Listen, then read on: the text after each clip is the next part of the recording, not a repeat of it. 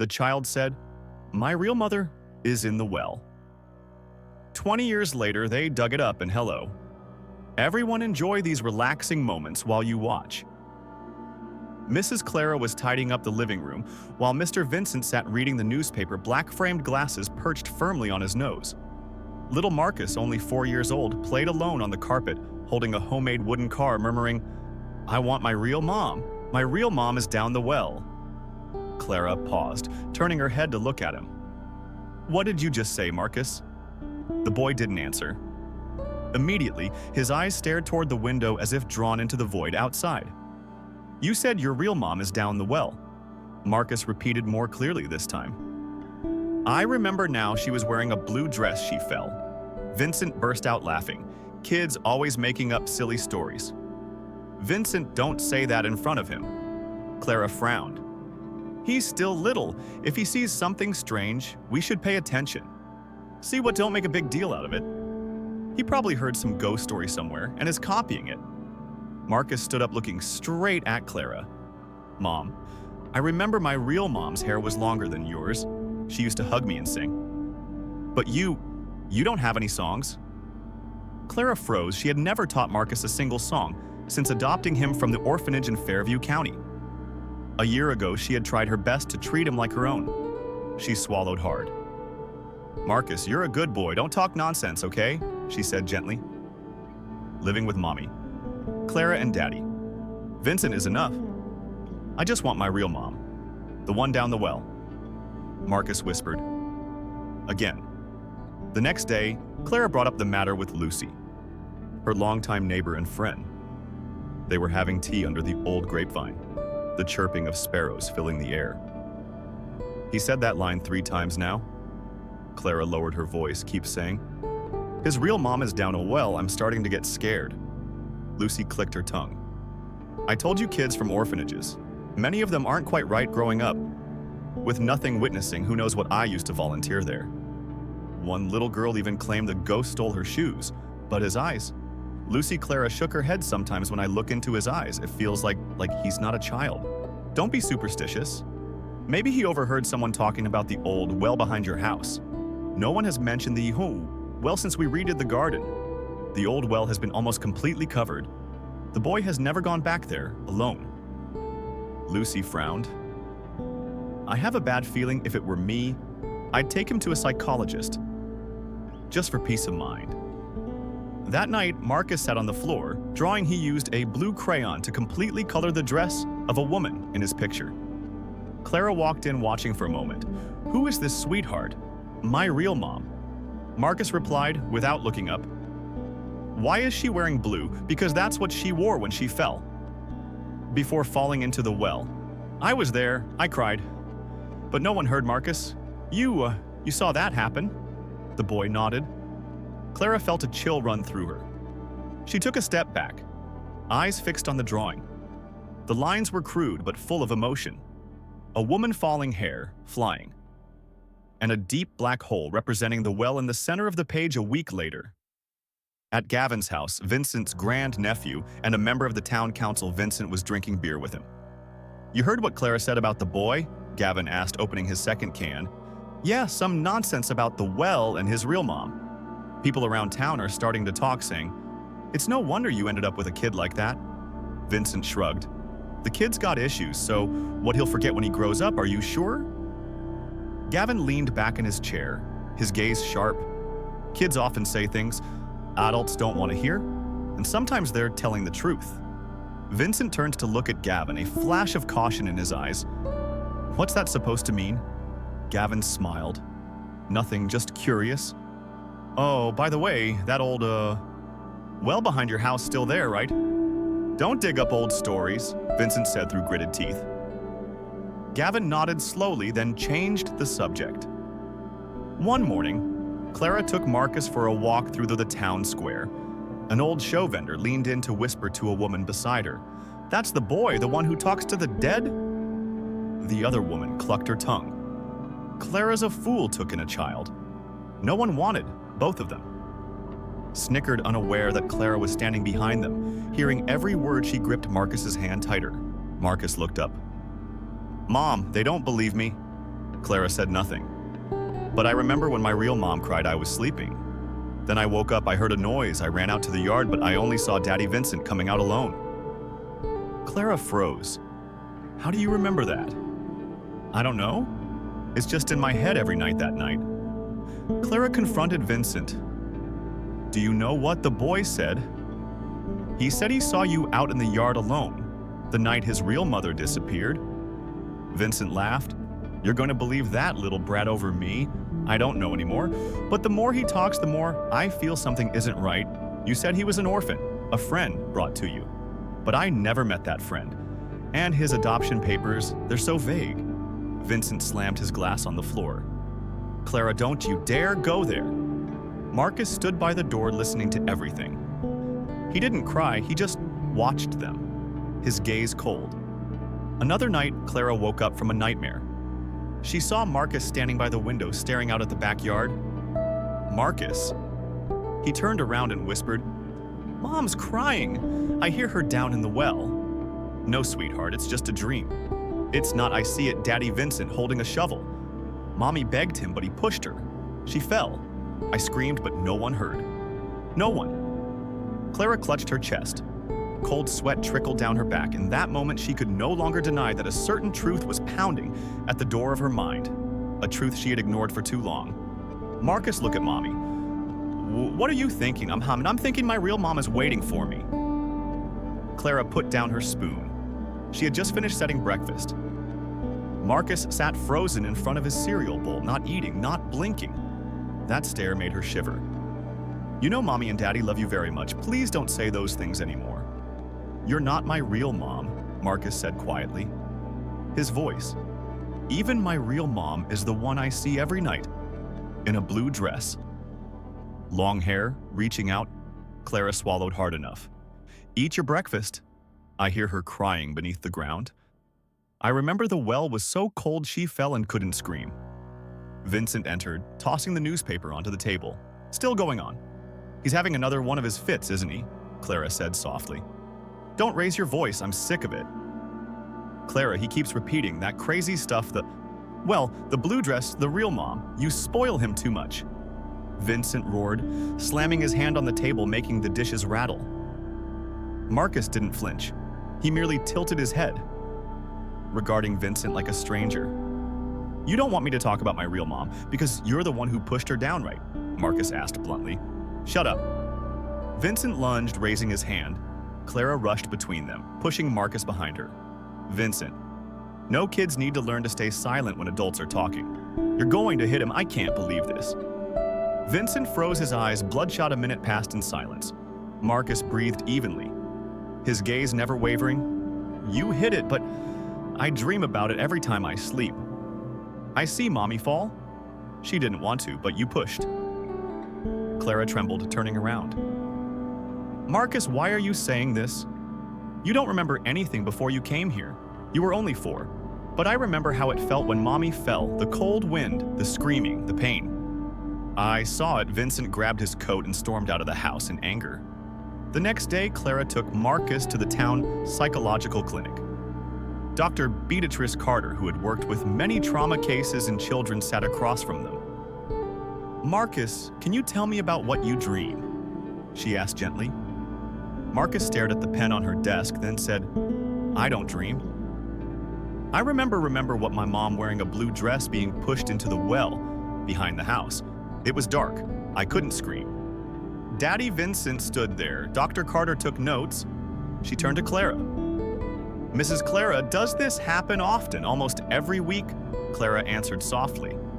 Sometimes he even wanders the garden at night, talking to himself. Beatrice turned back to Marcus. You see your real mom, often. Yes. Every time I'm sad, she waves at me, but her hands are covered in mud. Do you see her in your mind? Or with your eyes? I don't know. It's like there's a voice whispering in my ear, soft like the wind, after the session.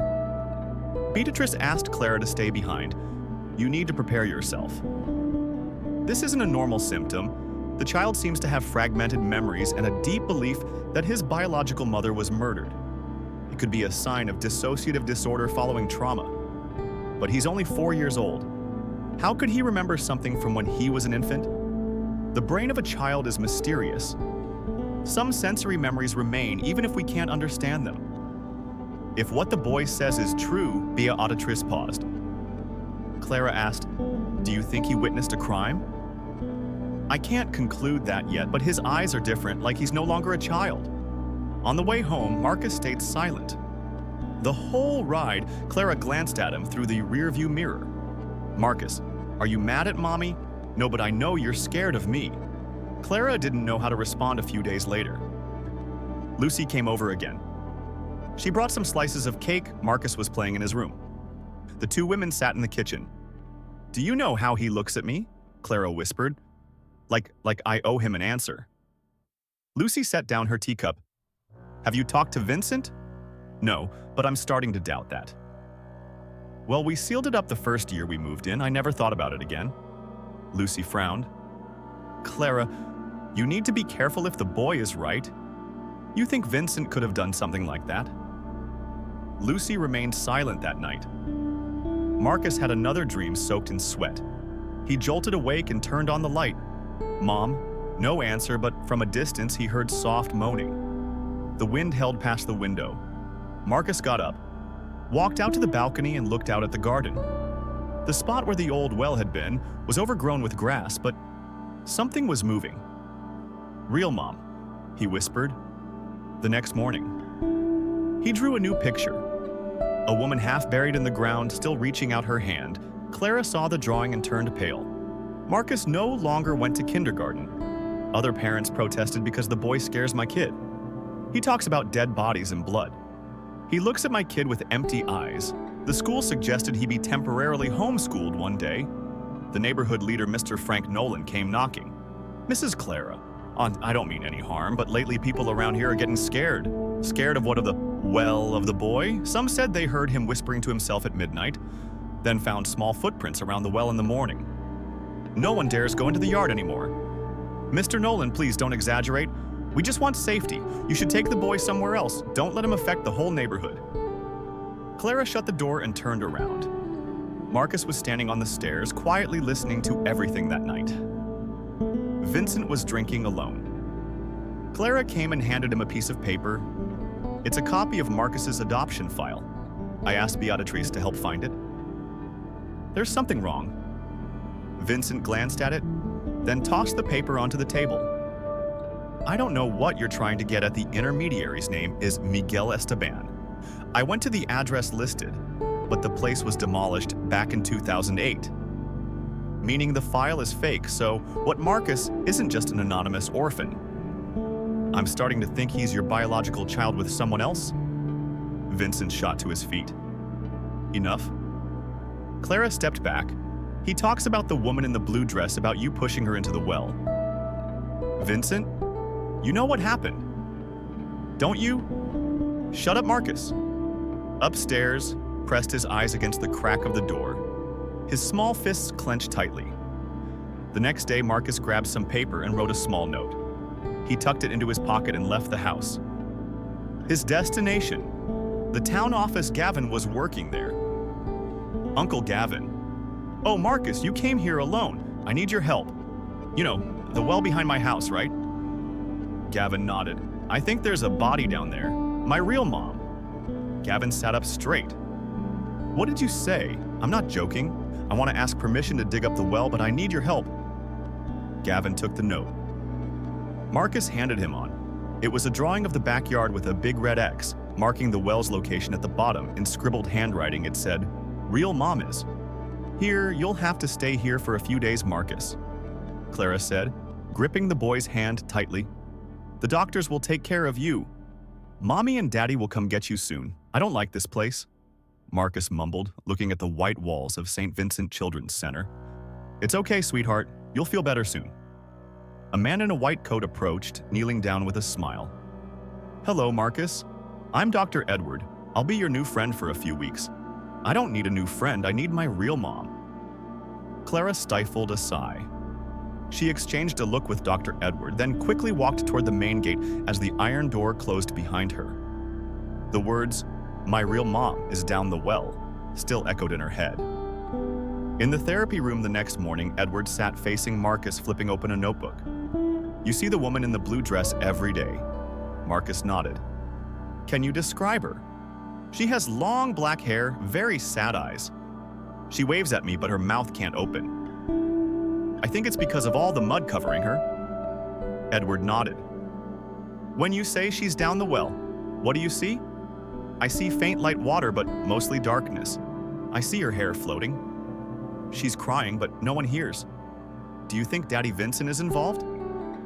"I don't think I know." On the third day, Marcus began refusing to eat when Nurse Andrea brought him a meal tray. He just sat there staring out the window. "Marcus, you have to eat something."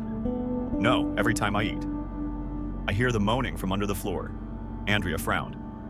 "What did you say? Someone's trapped under the ground. My real mom." I hear her calling, "Marcus, Marcus." Every night, Andrea returned to the nurse's station. The boy keeps rambling like he's possessed.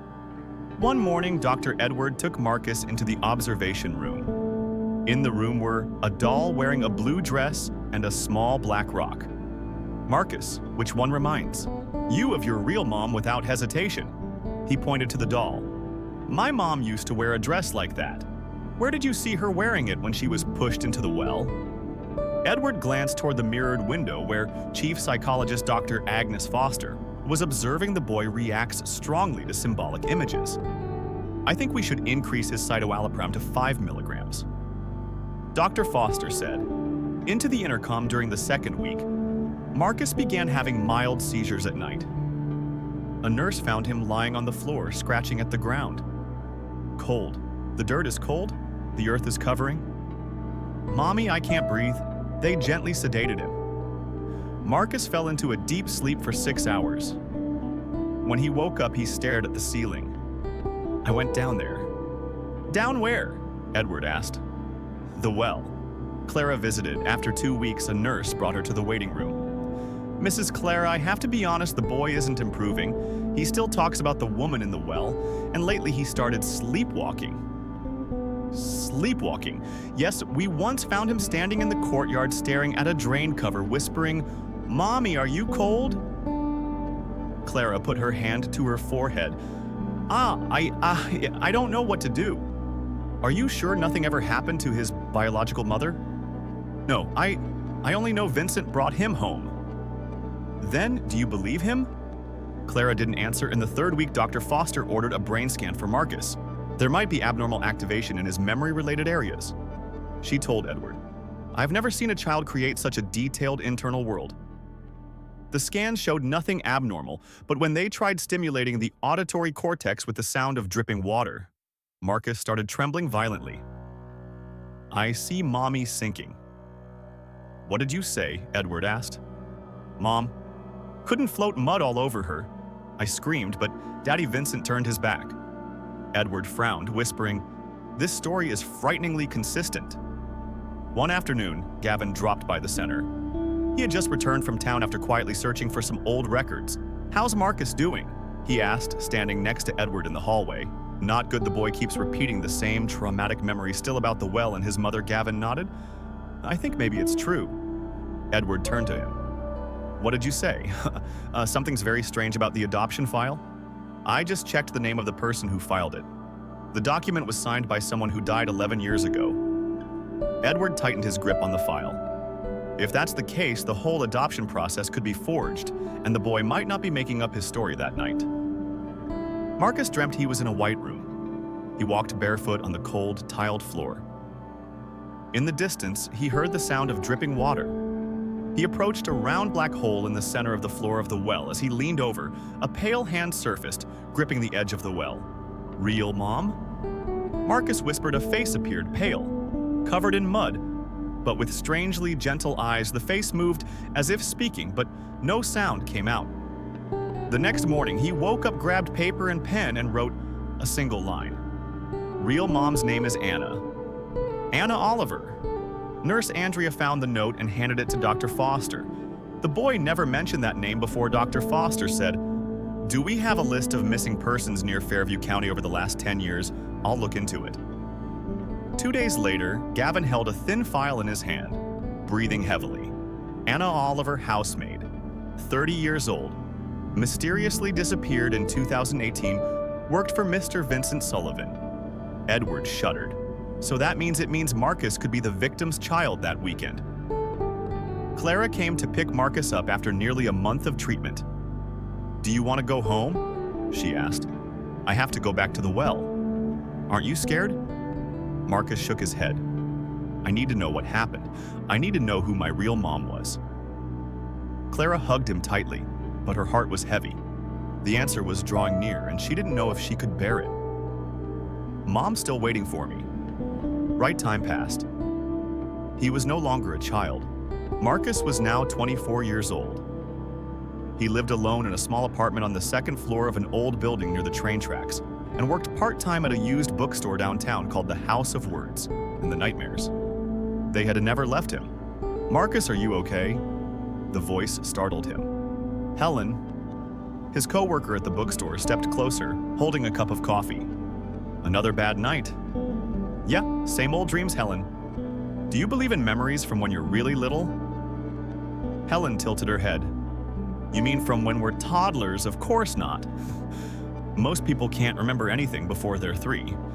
But I do. Very clearly there was a woman in a blue dress, and I know her face." Helen placed a hand on his shoulder. "You dreamed about her again. It's not just a dream. I see myself standing at the well, looking down. She's down there, looking up, her eyes wide, pleading, every time I wake up, my hands are shaking, my heart's racing. It feels like I abandoned her." Helen squeezed his shoulder gently. "Have you ever thought, maybe she's your biological mother?" Marcus looked straight into her eyes. "She is." That afternoon, Marcus went home after his shift. He stopped in front of the mirror, staring at himself. Dark circles under his eyes, his cheeks noticeably sunken. He took a deep breath, opened a drawer, and pulled out a thin file, a collection of scattered papers he had gathered over the years. The file about the unsolved disappearance in 2018. Anna Oliver, 30 years old housemaid, never found. He pulled out an old photo. The woman's face looked exactly like the one that had haunted his dreams for a lifetime. "Why can I see your face? Why won't anyone believe me that night?" The phone rang. It was Gavin. "Are you free, Marcus?" "What's going on?" "Uncle, I found a few more old documents in the town archive. You should see them." Marcus went immediately that night. The town council office was dark, except for the desk lamp glowing on Gavin's desk. "Here, take a look." Gavin slid a copy of a housing registry from 2017 toward him. Under Vincent Sullivan's name was another listed at the same address, Anna Oliver Temporary Residence. No contract. This was the housemaid Vincent once hired. Also, the woman reported missing the following year. Marcus froze. "She lived in my house and no one outside your family knew about it." Gavin leaned back in his chair and continued. "One more thing, Marcus. Your name doesn't appear in the birth records of any hospital around Fairview County for 2018-2019. It's like you never existed in the system. You think I'm Anna's son. I can't be sure, but if you are, her disappearance might be tied to you a few days later." Marcus returned to the old house. Vincent's house had deteriorated a lot, but he still lived there. Clara had moved back to the countryside 2 years ago to care for her elderly mother. Marcus rang the doorbell. Vincent opened the door, squinting at him. "It's you. I want to come in just for a bit." Vincent nodded slowly, avoiding eye contact. The backyard looked exactly as Marcus remembered. Grass grew waist-high. A few bricks poked out from the soil, and at the far corner of the yard, the place where the well used to be was hidden. "I want to plant some flowers here," Marcus said, pointing to a patch of dirt near the corner. Vincent frowned. "What are you trying to do?" "Just cleaning it up a little. Maybe later I'll grow some organic vegetables." Vincent stayed silent, a flash of irritation in his eyes. "You can work anywhere except there. Why not?" "Because I said so." Marcus stepped closer to the garden's edge. "Is there something under there?" Vincent shouted. "What are you thinking? I raised you for 20 years. No, you raised a boy. No one else dared touch a boy. Who knows the truth? Shut your mouth before I..." Vincent stopped Marcus's eyes. No longer carried the fear of a child, they were cold, determined and full of silent rage. "I'll request permission to excavate that area. I want to know who my real mother was, even if I have to dig to the very bottom." Vincent said nothing. He turned and slammed the door. Helen came to see Marcus the following night. He was sitting in front of the computer sketching a map of the backyard. "Do you think he's guilty?" "I believe he is. There's no one else with enough motive to bury my mother under that yard." Helen sat down next to him. "If that's true, do you think you're ready to face it?" Marcus looked out the window. "I've lived my whole life under a lie. I don't want to keep doing it no matter how horrible the truth is. At least it's the truth." Helen held his hand. "Then I'll go with you." The next morning, Marcus went to the land office to apply for a permit to excavate the backyard. There, he met Martha Simmons, a stern-looking land officer. "You'll need a valid reason to apply for excavation, especially since that area once had an old well by law. You need a geological insurance form. Can you help me on one condition? Tell me the real reason." Marcus stayed silent, then handed over the copy of Anna Oliver's death certificate and the documents Gavin had found. Martha read them, her expression darkening. "This is no longer a private matter. This is potentially a criminal investigation." That afternoon, Vincent received an official notice from the town council in order to temporarily seal off the backyard for investigation purposes. He threw the paper to the ground, face burning red. The evening wind blew through the tall grass and deep beneath the earth. Something seemed to be waiting to rise. "Are you absolutely sure?" Gavin asked again as they parked in front of Vincent's old house. "I'm sure." Marcus nodded, his eyes locked on the backyard. "If I don't do this now, I might spend the rest of my life lost in a dream, with no way out." Gavin stayed silent for a moment, then sighed. "I just managed to get a temporary permit, good for 3 days. But after that, if there's no concrete evidence, the town will be forced to shut it down. 3 days are enough," Marcus replied firmly. "I just need to reach the bottom of the well that night." Vincent sat drinking alone in the living room, the dim light casting his elongated shadow on the wall. The TV was on, playing quietly, but he wasn't paying attention. The door opened, Marcus walked in. Vincent looked up. "What are you doing back here?" "I've officially requested to redevelop the backyard. I'm gonna dig?" "You're crazy. Maybe the media is starting to call they smell blood, you think?" "I'm going to let you tear everything down. You've been hiding this for 20 years, haven't you?" Marcus stared at him without blinking back. "Then you thought I wouldn't remember, but I did. Or at least I felt it. The smell of mud, the screams, and then the silence. After the shove, Vincent shot to his feet, gripping his whiskey glass tightly. "Get out. I'm gonna dig. Even if you stand in front of me, I will dig." Vincent hurled the glass to the floor. It shattered loudly. Marcus didn't even flinch. He simply turned and walked away. The next morning at 7. A small truck carrying an excavator pulled up to the gate. Gavin got out first, followed by a tall bearded man named Benjamin Perry, a professional excavator operator Gavin had hired privately from Redwood. "Where's the well?" Benjamin asked. Pulling his cap down low, Marcus pointed to a patch of tall grass near the corner of the yard. "Over there, it used to be a well. It's buried now." Benjamin chuckled lightly. "I've seen people fill in ponds to forget old stories, but the ground never forgets." He started the excavator. The roar of the engine ripped through the quiet morning air. Curious neighbors gathered along the fence, whispering to each other. "Is that the kid who used to talk nonsense?" "Yeah, that's Marcus. He looks serious now. Remember the well story, of course, who doesn't? But I always thought it was just made up." Marcus heard them all, but he didn't turn around. The digging continued rhythmically. The first layer of dirt revealed rough, cracked stones. By noon, when Benjamin had dug nearly 2 meters down, the machine stopped. "There's something here," he called out. Gavin and Marcus ran over. Beneath the freshly unearthed soil was a circle of old bricks, the mouth of a well crudely sealed with cement.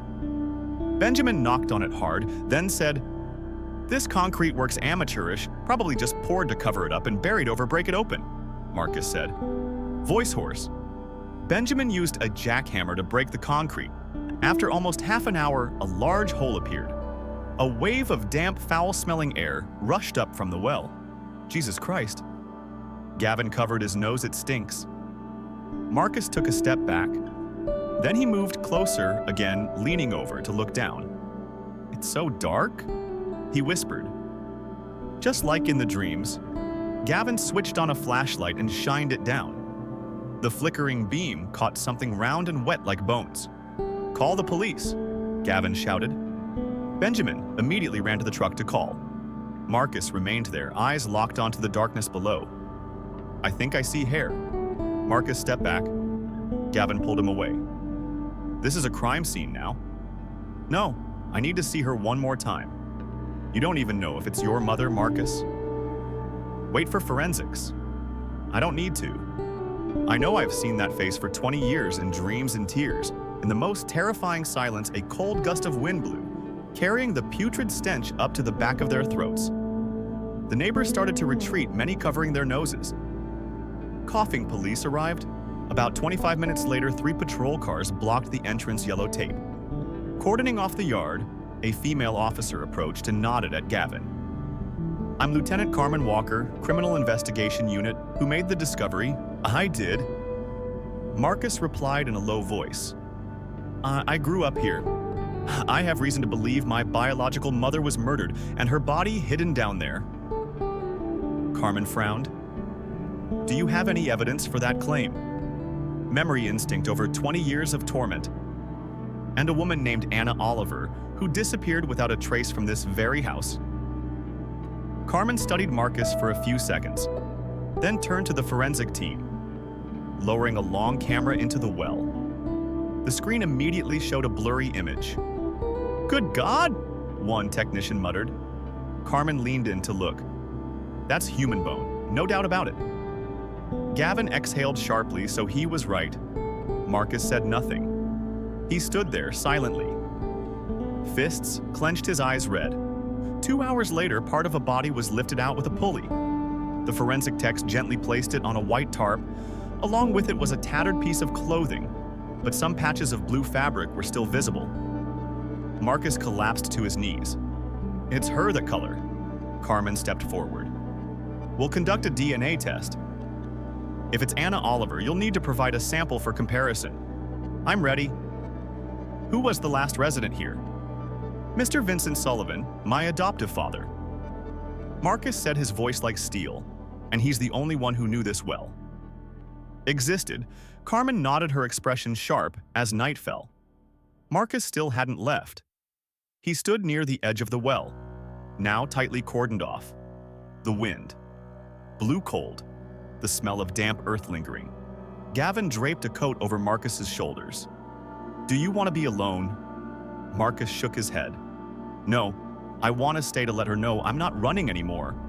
I won't cover my ears, close my eyes, or hide in dreams anymore." Gavin squeezed his shoulder gently. "Then you're no longer a child." Marcus looked up at the sky. "They used to call me crazy, delusional, haunted. But the real madman is the one who tried to bury a living person as if she never existed." The wind howled again in the distance. Dogs barked, and for a fleeting moment in the night, the face of the woman in the blue dress seemed to appear, not in pain, but at peace. "Are you a relative of the victim?" A woman in a white lab coat, hair tied in a bun, and a stern look approached her. Name badge read, "Dr. Martin's forensic examiner." Marcus nodded, his voice low. "I'm her son, I believe." So Lucy nodded slightly, then motioned for him and Gavin to sit on a bench outside the forensic room.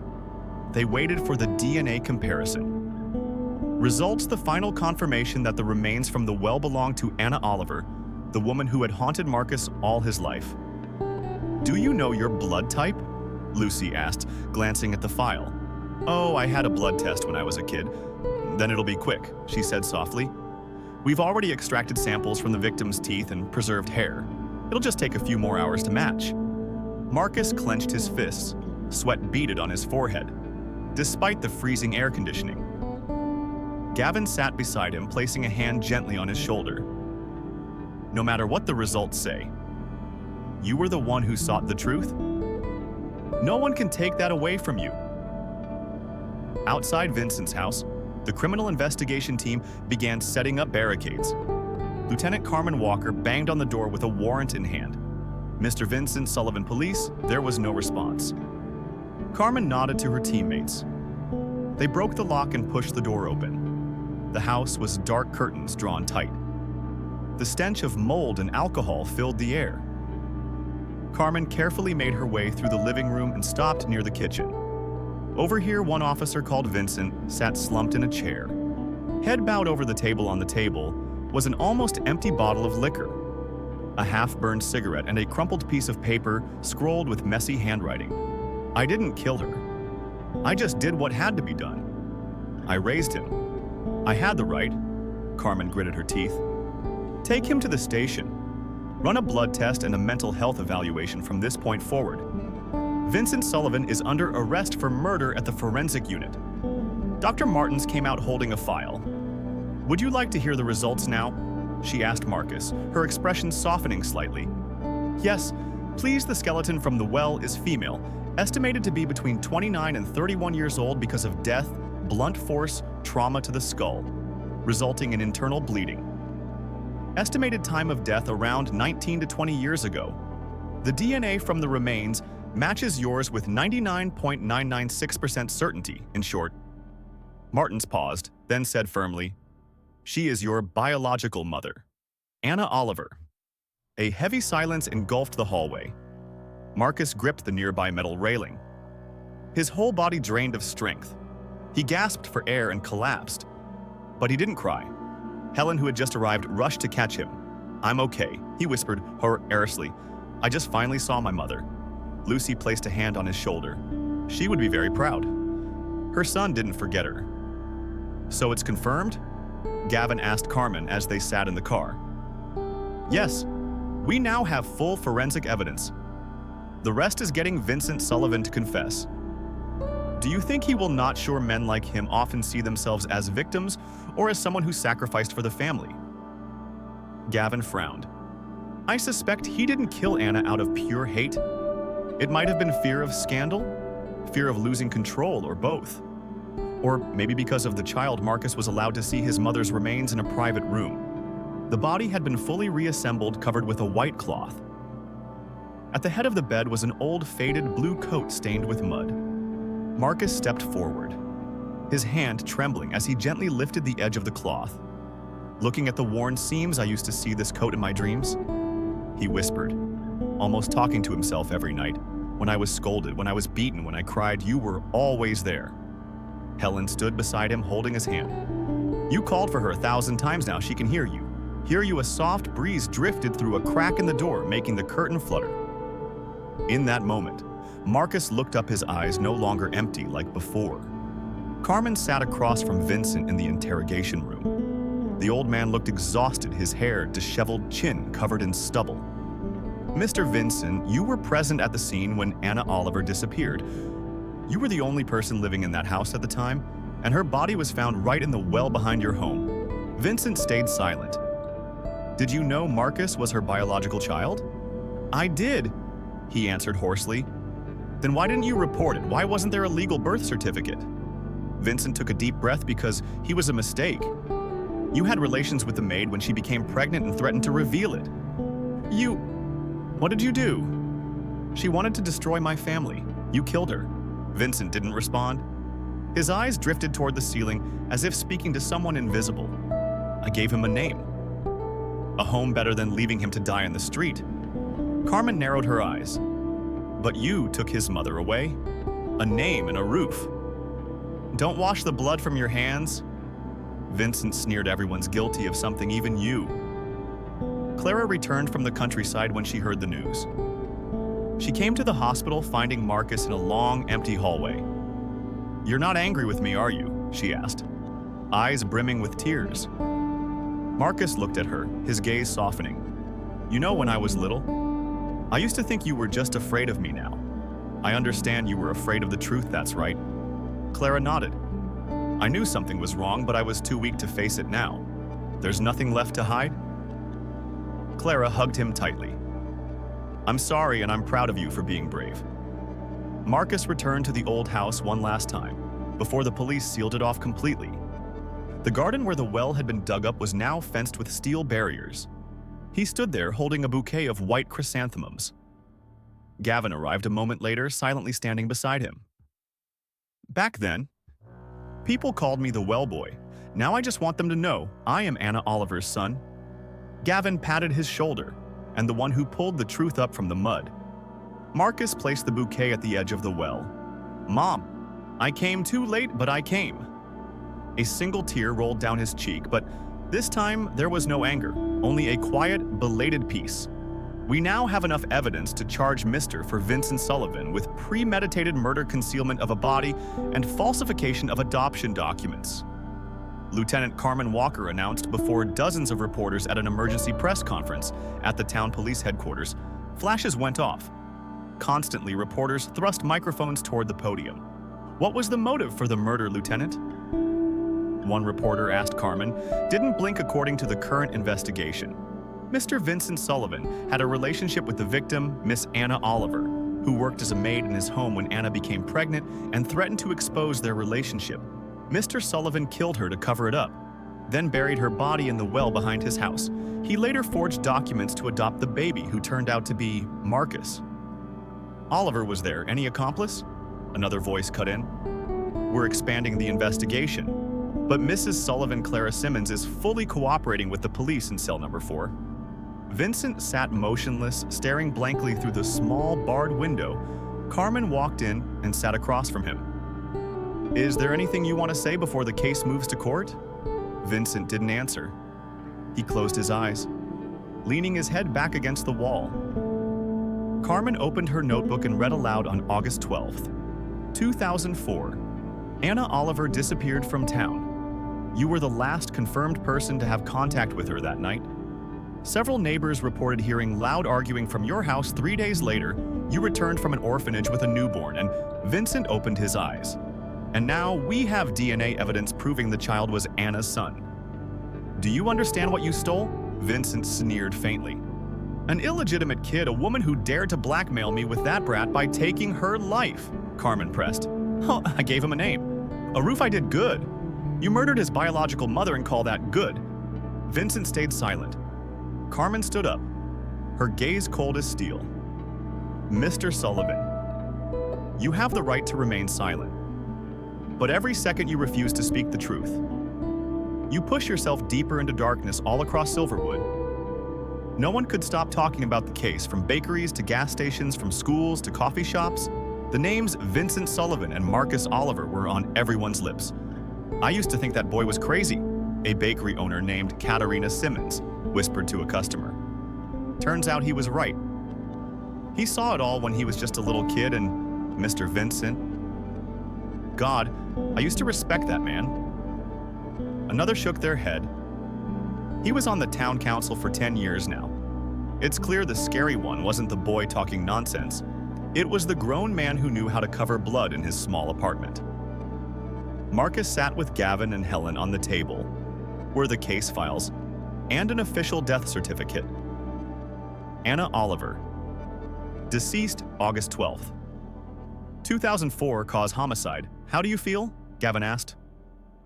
Marcus stared at his mother's name on the paper, relieved, but also empty. Helen squeezed his hand. "Your mother has her name back and you have your truth." "I used to think I was wrong. Broken unwanted.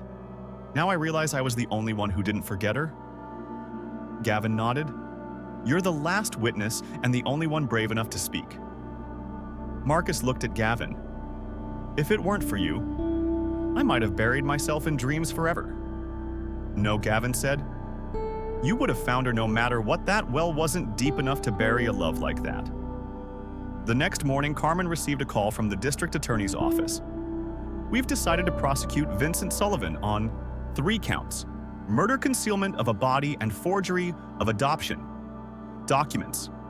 The preliminary hearing will be held within 6 weeks, and the child Marcus Oliver will be issued a new birth certificate listing Anna Oliver as his mother. The father's name will remain blank until a final conclusion understood. Thank you." Carmen hung up, leaning back in her chair. She stared at Anna's picture placed atop the case file, a gentle woman's face with deep, well-like eyes. "You didn't disappear," she whispered. That evening, Marcus visited Clara. The small house in the suburbs was quiet. Warm light spilling from the kitchen. Clara was making bean soup, the scent filling the porch. "Would you like something to eat?" she asked, her voice trembling slightly. Marcus sat down. "I didn't come to blame you.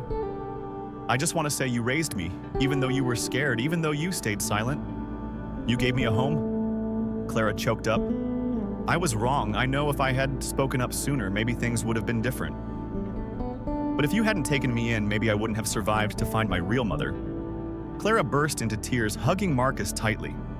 "Can you forgive me? I never blamed you. I just wish you hadn't stayed silent." Clara nodded softly. "I promise I'll never stay silent again."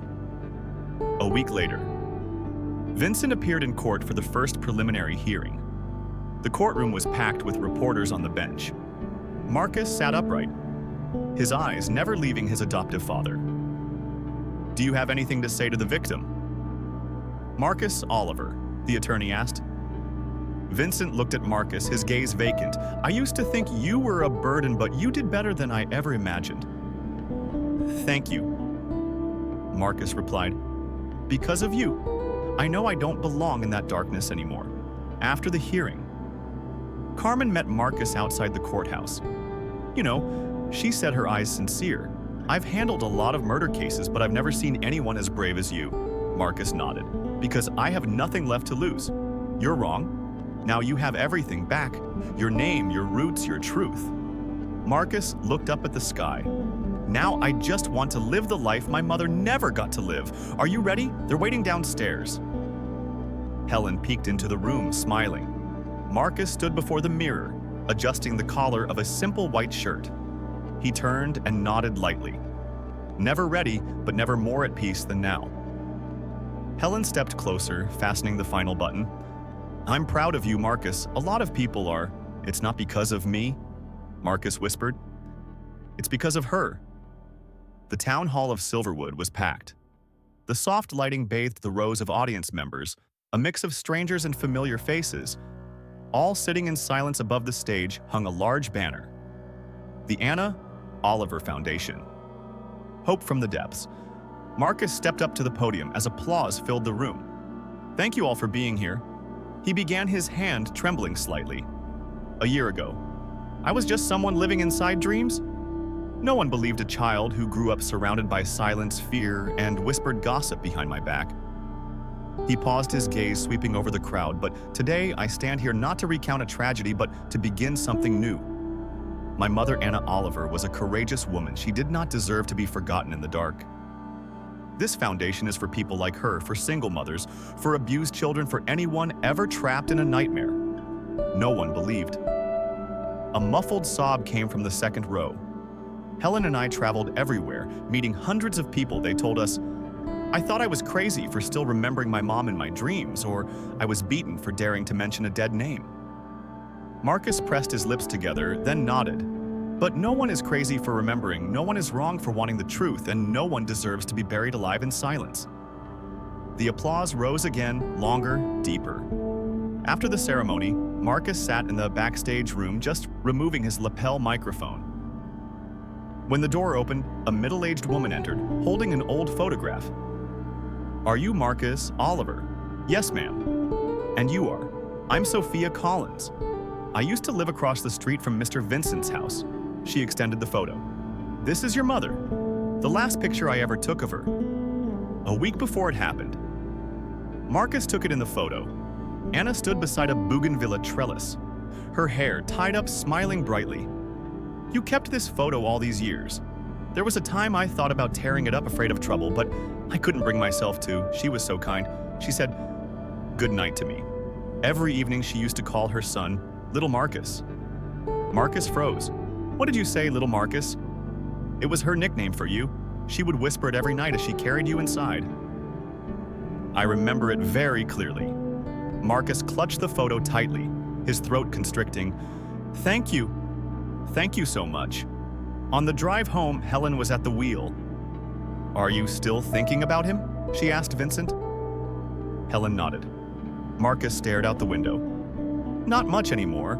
Now I pity him more than I'm angry he didn't have the right to take a life. But now, he has nothing left. And no one believes him anymore. I think that's a punishment heavier than any prison sentence." Helen took his hand silently. The next day, Marcus had an appointment with a lawyer from Fairview County representing an organization that defends victims of domestic abuse. We would like to collaborate with the Anna Oliver Foundation on a new program for abandoned children, said the lawyer Rachel Benson. Would you be willing to be the face of it? What would I have to do? Share your story. Stand up with your real name, your real identity. Marcus nodded. I no longer want to hide behind a false last name. I am Marcus Oliver, son of Anna Oliver, and I'm not ashamed of it. At the county jail, Vincent Sullivan sat alone in the visiting room.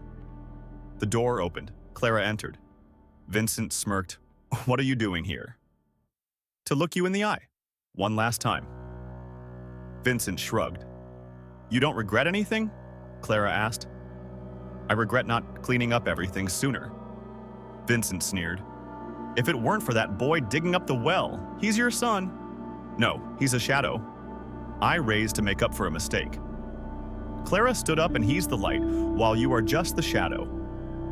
A few months later, Marcus stood in a small square in Boston participating in a campaign called Preserve the Voice.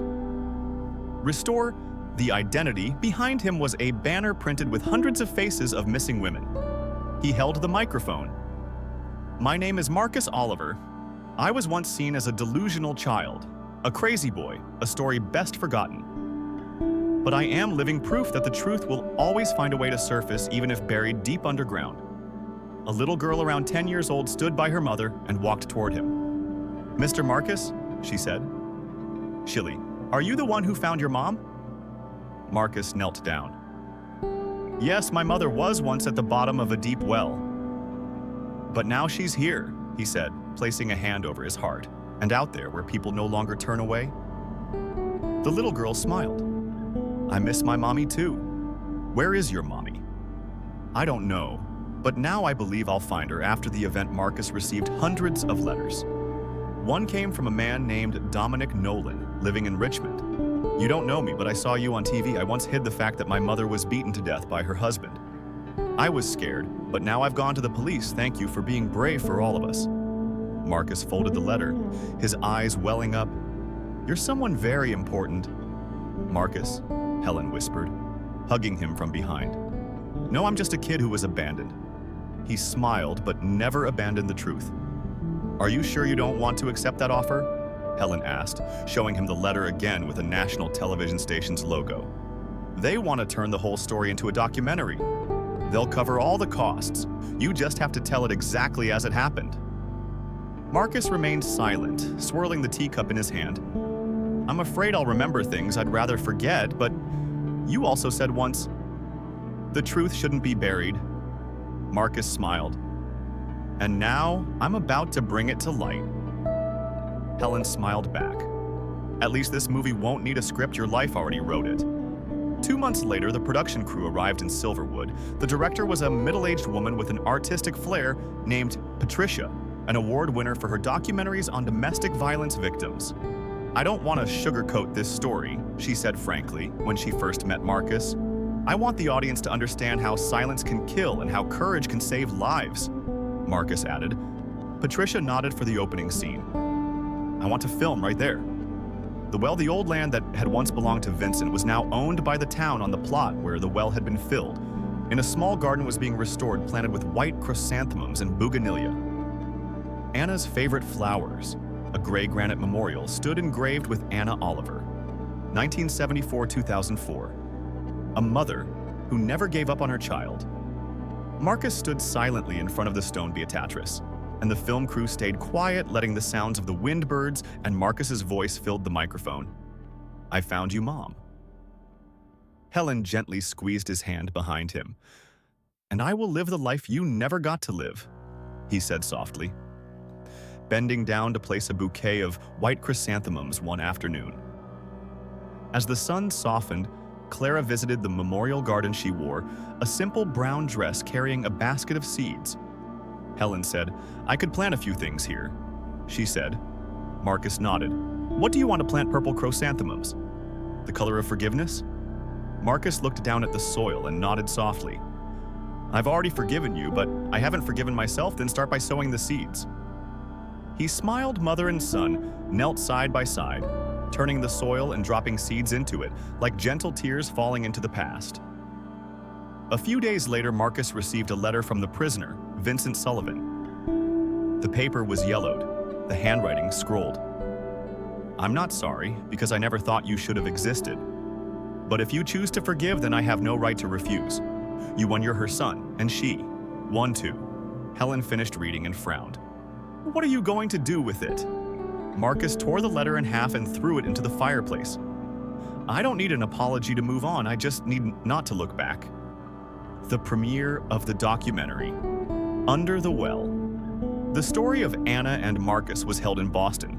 The theater was packed, many people had to stand along the walls. Patricia spoke first. "This film has no actors, no special effects. Only one person, once a child, silenced by truths. No one wanted to believe. And now, he speaks for all of us." Marcus stepped onto the stage. The spotlight shone directly on him once again. Hundreds of eyes turned toward him. This story isn't just mine. It belongs to everyone who was ever silenced, who was ever called crazy for remembering, for loving, someone whose name was forbidden. He looked down at the crowd. Many were wiping away tears.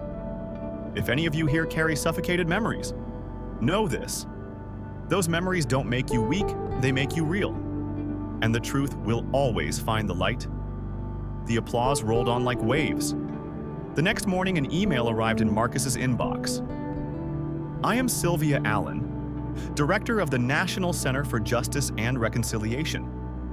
We would like to award you the title, Bearer of Truth, for your contributions, not only to your personal case, but for helping hundreds of other victims find their voice. We would like to include your story in the civic education curriculum for high schools." Helen finished reading and turned to him. "Doesn't this feel like a miracle?"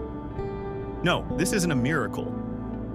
Marcus replied, "This is what should have happened a long time ago, if not for the people who chose silence 1 year later. The Anna Oliver Memorial Garden became a regular stop for school buses carrying high school students from all over. A teacher led a group of students up to the stone memorial pointing at it. This story is real, and that man standing over there was once the child who dared to dig up the well. Not to find a corpse, but to find the truth." Marcus stood nearby listening without interrupting. A student asked, "Sir, do you ever regret it?" "Regret what? Digging up the past. Did you ever think maybe it would have been better not to know?" Marcus knelt down and asked, "What's your name?" "My name's Daniel." "Well, Daniel, if tomorrow someone told you that you had no mother, no father, no one who loved you, would you believe it?" Daniel shook his head. "Exactly, because you know how you deserve the truth. And if your mom were no longer here, she would still deserve to have her name called out loud that afternoon." Marcus and Helen sat on a stone bench under the trees, watching the white chrysanthemums sway gently in the breeze. "I remember the first time I heard you say my mother is under the well." Helen whispered back. "Then I didn't believe it, but the look in your eyes made it impossible for me to turn away. Thank you for not walking away. Did you know what your mom once dreamed of?" "No, I read it in the nursing home files, where she once took care of her aging mother. On her job application, she wrote, 'My dream is to open a small cafe with bougainvillea and a reading corner for underprivileged children.'" Marcus froze. "I think we can make that happen." Helen smiled. "You just read my mind."